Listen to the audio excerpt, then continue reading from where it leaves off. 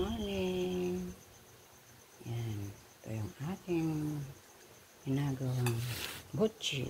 Yan.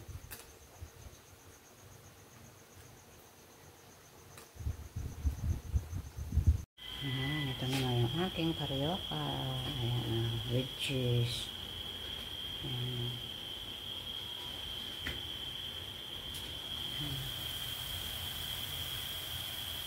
Yan. Yung aking mga deliver for today. Yan. Hello mga friend. Ayan. Kumusta na kayo? Ayan. Maulan na Biyernes ngayon mga friend. Walang pasok na naman ang ating mga estudyante. Ayan.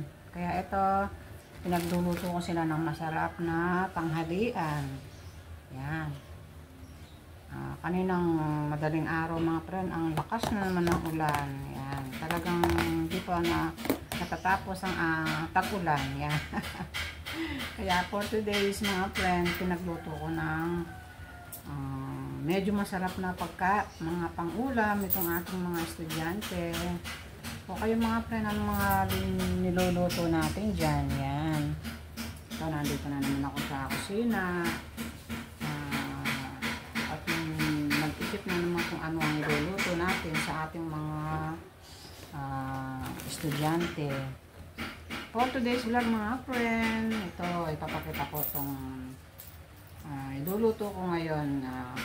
Kakaiba, first time kong nag-vlog itong iluluto ko ngayon. Yan. Pero ano siya,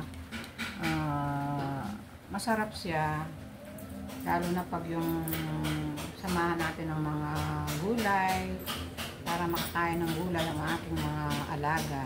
Yan.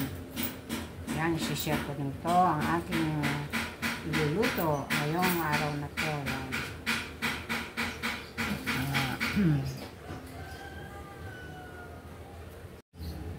Ayan, ito ang ating iluluto for today mga friend. Ayan, kakaiba itong luluto natin ngayon. Healthy food siya. Ayan, meron siyang egg. Ayan, nag-boiled ako ng egg.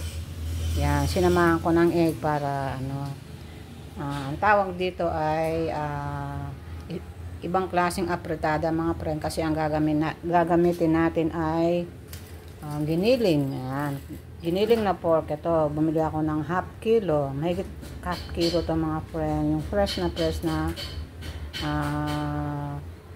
beef.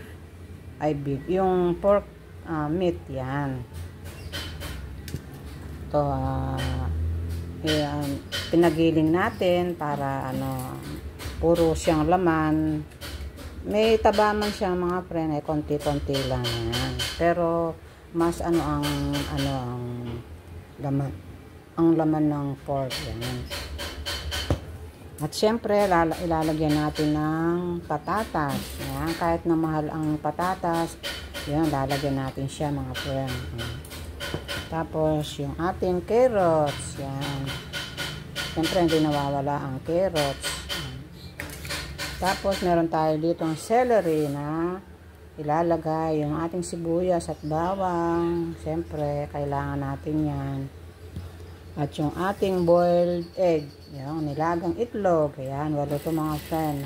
Ilalagay ko lahat to para mailagay sa ating lulutong ulam.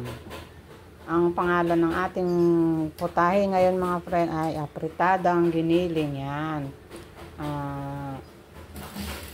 Apritada siya mga friend, pero giniling ang ating ilalagay, yung ating pork meat. At syempre, lalagay natin siya ng, hindi siya masarap pag hindi siya nilagyan itong tomato sauce. Yan. Yung ating tomato sauce. Syempre, yung ating panggisa na oil, cooking oil. Yan. Yan, ang ating luluto for today mga friend. Yan, samahan nyo ako sa aking pagluluto ng apritadang giniling. Yan. Yan. Ito na ang ating apritadang giniling. Yan. O, diba mga friend?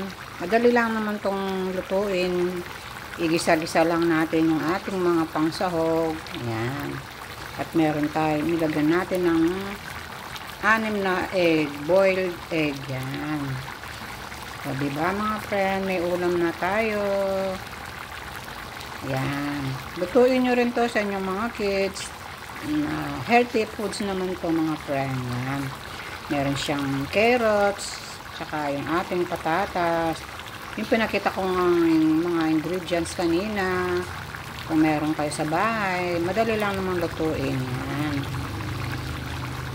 At madaling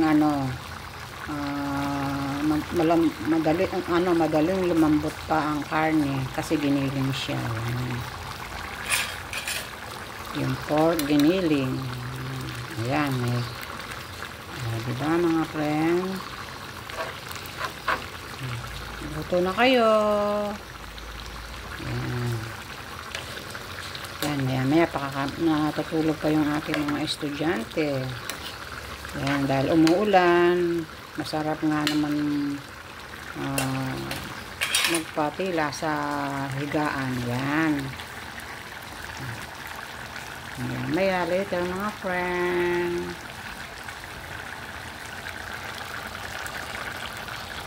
Kahapon ang ulan nito. Yan. Walang pasok ang mga estudyante. Yan. Yan yung ating weather. Yan. Mukhang maghapon na naman tong ulan na to mga friend. Ayan.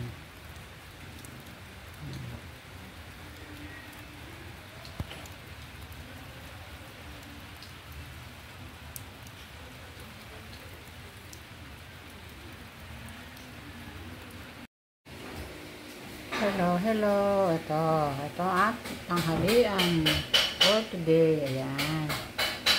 Nakapagluto na ako mga friend. Ayan.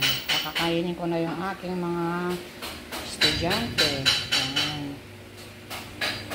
Ayan. Gising na sila. Ayan. Ito lang yung ating tanghalian for today, Friday. Ayan.